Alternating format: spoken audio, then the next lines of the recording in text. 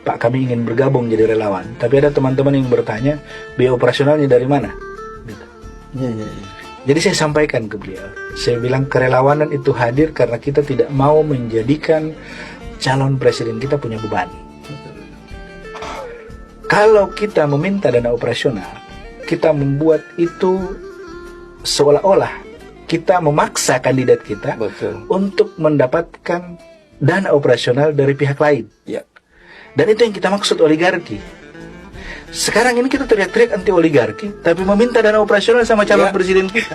Tidak nyambung. Tidak nyambung, ya betul ya. Wah, akhirnya mereka paham bahwa gerakan relawan memang harus begitu. Jadi kita juga relawan ini tidak membebani sesuatu. Lahir dan tumbuh ya. Tidak membebani, artinya kalau hanya bisa mengajak keluarga saja sudah cukup, itu saja. Jangan lebih dari itu. Kalau ada rezeki bisa bikin kaos 10 bisa dibagi ke teman-teman, ya itu saja. Kalau bisa bikin ajak teman-teman, ayo ngopi-ngopi, kita ngobrol soal Anies di warung kopi. Kebetulan saya ada uang ini buat bayar kopi. Ya sudah, itu saja. Jangan minta berlebih. Misalnya ada Anies datang ke satu tempat yang kemudian kalian ingin menjemput.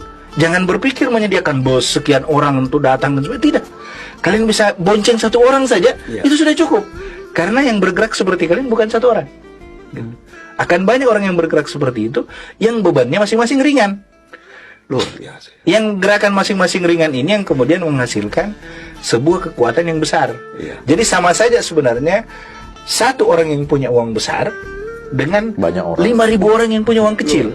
Ya buat kita sama saja. Nah, ini yang kita dorong ke teman-teman supaya jalan. Saya kadang-kadang, oh ini mereka bikin kegiatan lagi di sini, bikin kegiatan lagi di sini. Ini uangnya dari mana? Kadang-kadang saya juga bingung uangnya dari mana. Tapi mereka tidak minta uang sama sekali. Jadi seperti kemarin Reboba ya. Reboba itu relawan Borneo bersama Anies. 5 provinsi di Kalimantan. Ya mereka deklarasi di KP atau di mana. Saya bilang deklarasi jangan dipaksakan. Ya. Kalau tidak bisa di hotel, di kafe saja.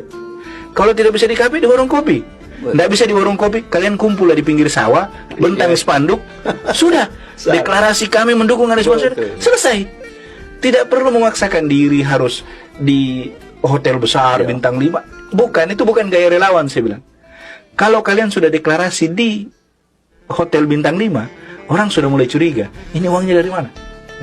Tapi kalau kita deklarasi di pinggir sawah, di tempat wisata yang kita kumpul-kumpul di situ, tidak ada yang curiga. Gerakan kita seperti itu. Cuma memang kita perbanyak. Makanya sekarang Korea itu sudah punya 41 simpul relawan. Luar biasa. Jadi 41 simpul relawan. Yang satu simpul itu ada yang kakinya di seluruh Indonesia. Iya. Gitu. Jadi seperti milih Anies ini hitung 1 dari 41 itu.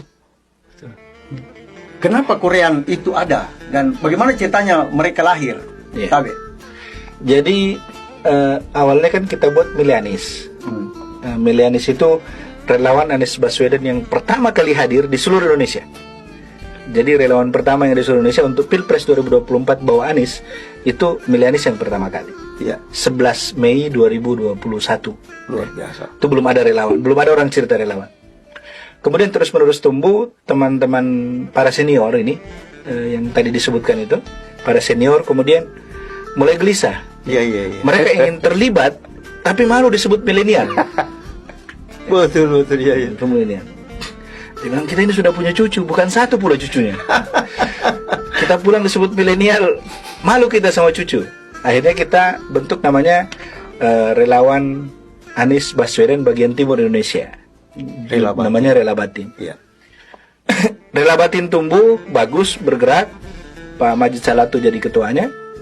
Kemudian teman-teman di Sumatera protes. Itu kenapa hanya timur saja yang diurusi? Gitu. Kita di Sumatera juga mau gitu, bikin begitu.